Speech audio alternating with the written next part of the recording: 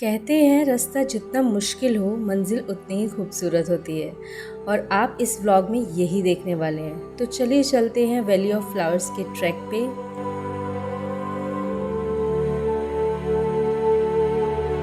मेरी जर्नी की शुरुआत हुई जम्मू से मैं बस लेके पहुंची हरिद्वार और हरिद्वार से फिर ऋषिकेश। हालत तो बिल्कुल ख़राब हो चुकी है। अभी जम्मू वाली बस ने हरिद्वार उतारा। हरिद्वार अराउंड में 6 AM पहुंच गई थी और हरिद्वार से 5:30 बजे बस निकलती है जो कि जोशीमठ जाती है, और वो बस मैंने मिस कर दी।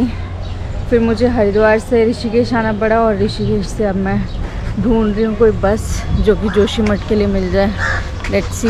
ऋषिकेश से डायरेक्ट बस ना मिलने के कारण जोशीमठ तक के लिए मुझे लेनी पड़ी बस चमोली तक के लिए।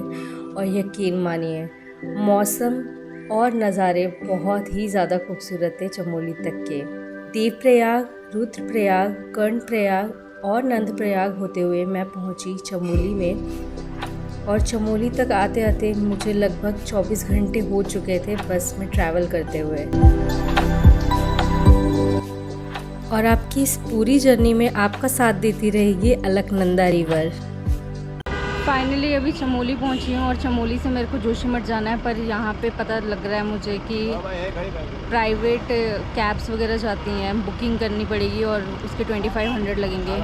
बस आ सकती है, नहीं भी आ सकती है, कुछ पता नहीं है, देखते हैं क्या होता है।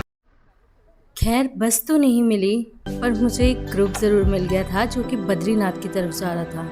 तो उनके साथ टैक्सी शेयर करके मैं पहुंच गई जोशीमठ, और जोशीमठ पहुंचते पहुंचते मुझे काफ़ी शाम हो गई थी।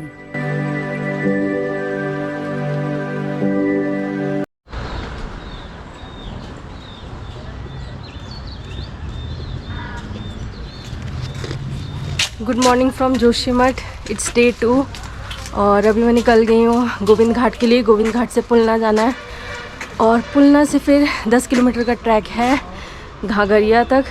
रात को मैं बहुत लेट पहुँची थी, काफ़ी रात हो गई थी, और मैंने गुरुद्वारे में स्टे किया। वहाँ पे फ्री ऑफ कॉस्ट आप स्टे कर सकते हो।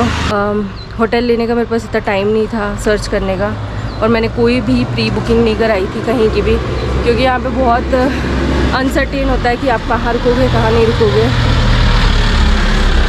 अभी मैं वॉक कर रही हूँ ATM की तरफ और टैक्सीज़ या बस देख रही हूँ जो गोविंद घाट तक जाएगी। वैसे यहाँ के टैक्सीज की परेशान कर देने वाली खास बात ये है कि जब तक टैक्सी फुल नहीं होती तब तक वो चलती नहीं है, अब चाहे उसमें आधा घंटा लगे या फिर 1.5 घंटे। पहाड़ी गानों और इन वादियों को एंजॉय करते हुए मैं चल पड़ी गोविंद घाट की तरफ। गोविंद घाट तक पहुँचने में मुझे लगभग 45 से 60 मिनट लग गए। गोविंद घाट की तरफ जाते हुए आपको 5 प्रयागों में से आखिरी प्रयाग दिखेगा जो कि है विष्णु प्रयाग, और यहाँ पे अलकनंदा और धौली गंगा रिवर का संगम होता है।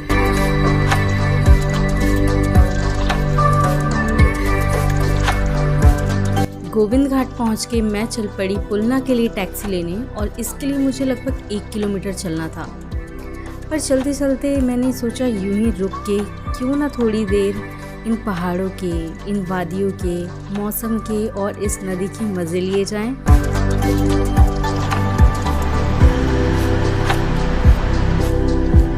गोविंद घाट से घाघरिया तक के लिए हेलीकॉप्टर की भी सुविधा है।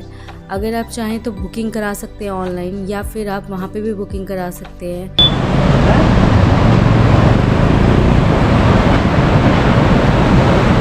पुलना तक के लिए कोई भी बस नहीं मिलेगी, सिर्फ शेयर्ड या फिर प्राइवेट टैक्सीज ही मिलेंगी, और 20 से 30 मिनट का सफ़र होगा गोविंद घाट से पुलना तक का।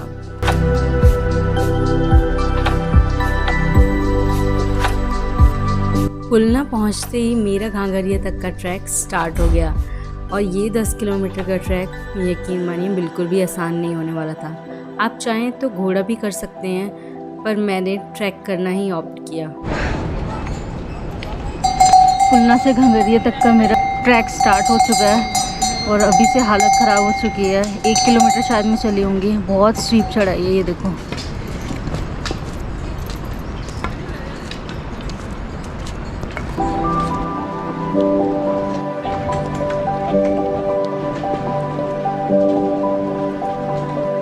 बेशक पुलना से घांगरिया तक का ट्रैक बहुत ही थका देने वाला है, लेकिन ये उतना ही खूबसूरत भी है।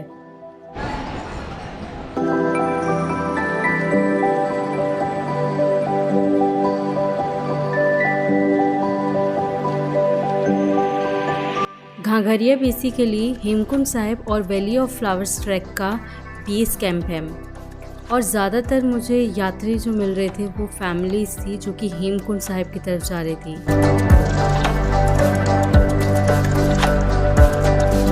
11 बज गए हैं, 2 घंटे हो गए चलते हुए, और अभी 5 किलोमीटर कवर किया है। 5 किलोमीटर अभी और कवर करना है। चढ़ाई ऐसे मतलब कहीं चढ़ाई है और कहीं ढलान है, कहीं चढ़ाई है और कहीं ढलान है, ऐसे चढ़ रहे हैं उतर रहे हैं, और बहुत हालत ख़राब हो चुकी है। कितना क्यूट है।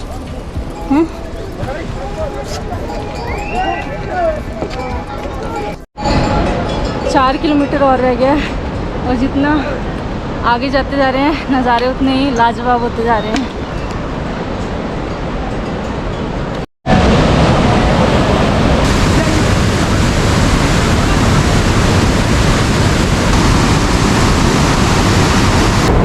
इतनी जोर का पानी का फ्लो है, आवाज़ भी नहीं आ रही होगी शायद मेरी।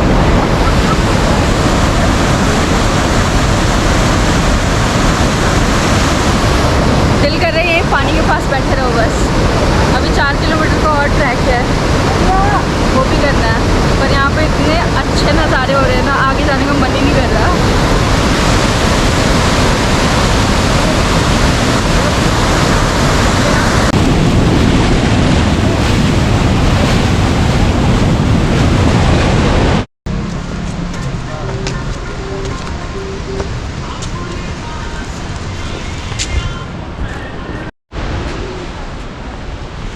रेस्ट टाइम, रेस्ट कर रही हूँ। अब यहाँ से थोड़ा जंगल टाइप का रास्ता है और थोड़ा ज़्यादा ही स्टीप है।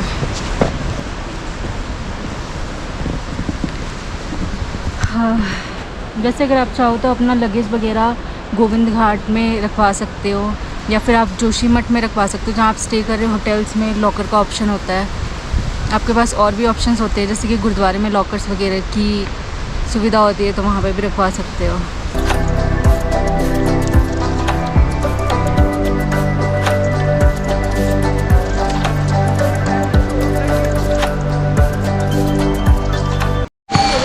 तो अभी ये हो रहा है, बारिश हो रही है और रेनकोट लिया।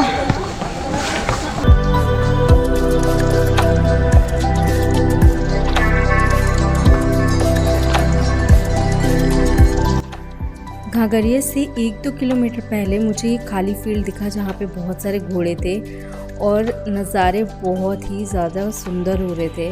मैं अपने आप को कंट्रोल नहीं कर पाई और मैं इस खाली फील्ड में चल दी थोड़ा सा टाइम स्पेंड करने।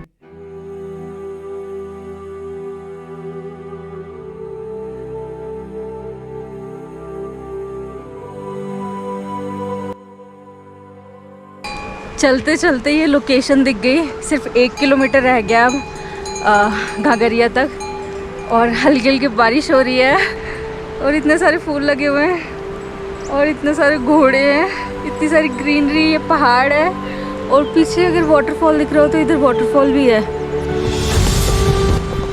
बहुत ही ज़्यादा कमाल का नज़ारा हो रहा है।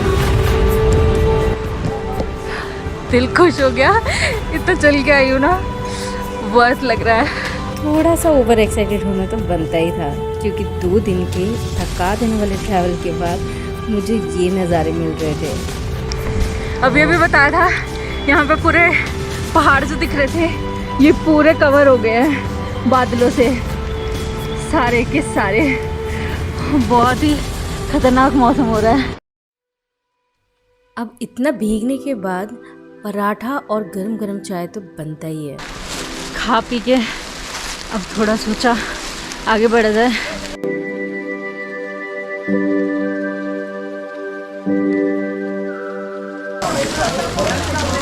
फाइनली पहुंच गए घांगरिया। यहाँ पे गुरुद्वारा भी है और यहाँ पे होटल्स का भी स्टे का ऑप्शन है, कैंपिंग का भी ऑप्शन है, तो आप यहाँ पे आके बुकिंग करा सकते हो अगर आपने प्री बुकिंग नहीं कराई है तो।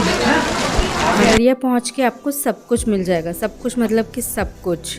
मेडिकल शॉप्स हैं, चाइनीज़ मिल जाएगा आपको, यहाँ तक कि मूची मिल जाएगा, नहीं मिलेगा तो बस ATM। फाइनली ट्रैक कंप्लीट हो चुका है और मैं अपने होटल में आ गई हूँ। मैंने एक रूम लिया यहाँ पे, बहुत ही बेसिक सा रूम है और इसके चार्जेस बोल रहे थे वो 1000 रुपीज़, मैंने कम करा के 700 कराए हैं। रूम दिखा देती हूँ मैं आपको। ये है मिरर और ये है बेड। थोड़ा मेरा सामान आते ही मैंने बिखेर दिया हुआ। और ये है वॉशरूम और ये यहाँ से व्यू। जब मैं कम करा रही थी ना तो पहले उन्होंने बोला कि 800 दे देना, फिर मैंने बोला 700, फिर उन्होंने मान लिया। फिर मैं सोच रही थी काश मैंने 600 बोल लिया होता, ज़्यादा लालच नहीं करना चाहिए। डे 2 मैं यहीं पे एंड कर रही हूँ क्योंकि अब मेरी बस हो गई और मैं आराम करना चाहती हूँ। कल शुरू करेंगे वैली ऑफ फ्लावर्स का ट्रैक।